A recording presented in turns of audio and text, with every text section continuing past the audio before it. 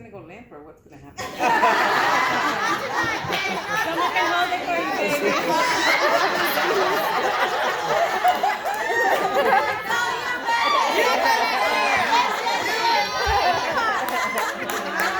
Agárralo bien.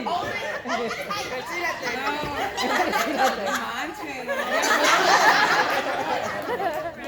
Is this on? Yeah. Oh, it's on.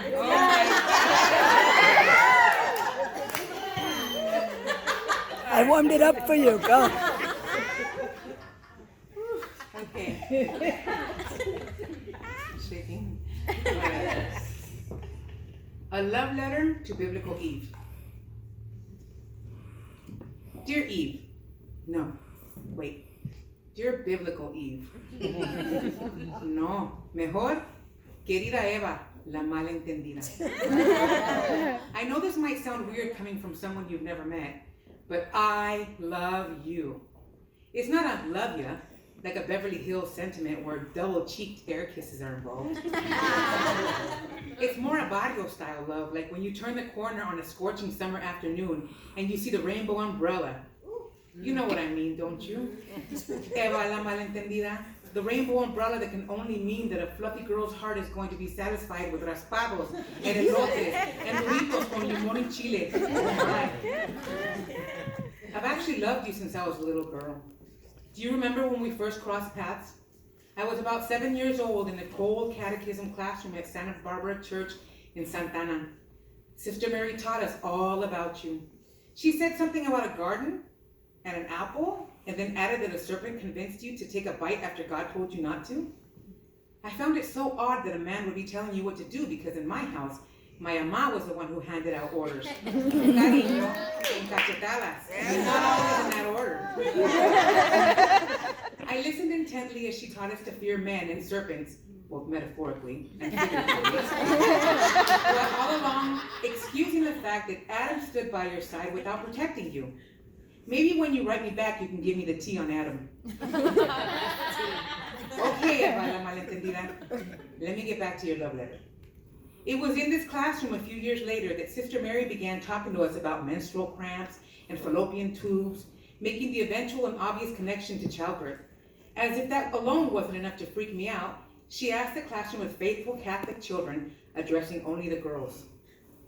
And girls, do you know why you will suffer from menstrual cramps and feel excruciating pain during childbirth? Crickets. For minutes. She eventually broke the silence with, I'm going to give you a hint, and it involves a serpent, an apple, and a disobedient woman. Ave Maria Purísima! Did Sister Mary just tell a room full of impressionable prepubescent youth that eating an apple had such a catastrophic effect on mankind? I wondered.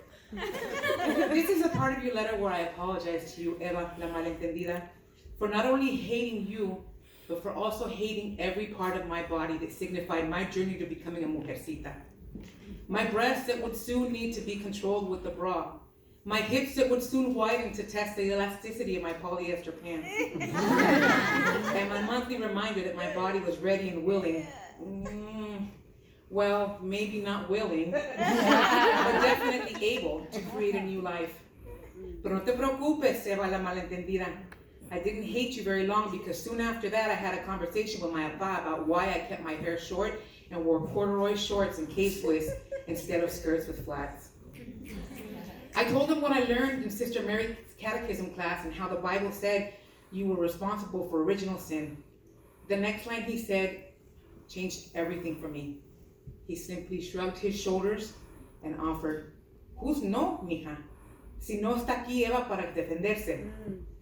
Look at my apa, a woke feminist in the 80s. You would never know the truth because you weren't there to defend yourself. He was right about you, Eva, la malentendida. And this truth with the lowercase t was also applied to other malentendidas like La Llorona, La Malinche, Mary Magdalena, Cleopatra, and even Pocahontas. But I guess the real reason for this letter is not only to tell you that I love you, but to also let you know that I'm doing all I can to tell people about your story. In fact, I would like to invite you to come watch my play. part of this group of badass escritoras called Chicanas, Cholas, and Chisme. And this year, our plays are about women in history. Your play is called Eve's Deliverance, on fucking up the theory of original sin. Can you make it?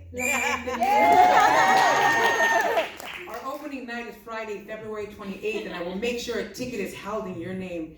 Di que sí, di que sí, di que sí. Write me back, okay? I'll be waiting. Love, Lorena, tu compañera malentendida también.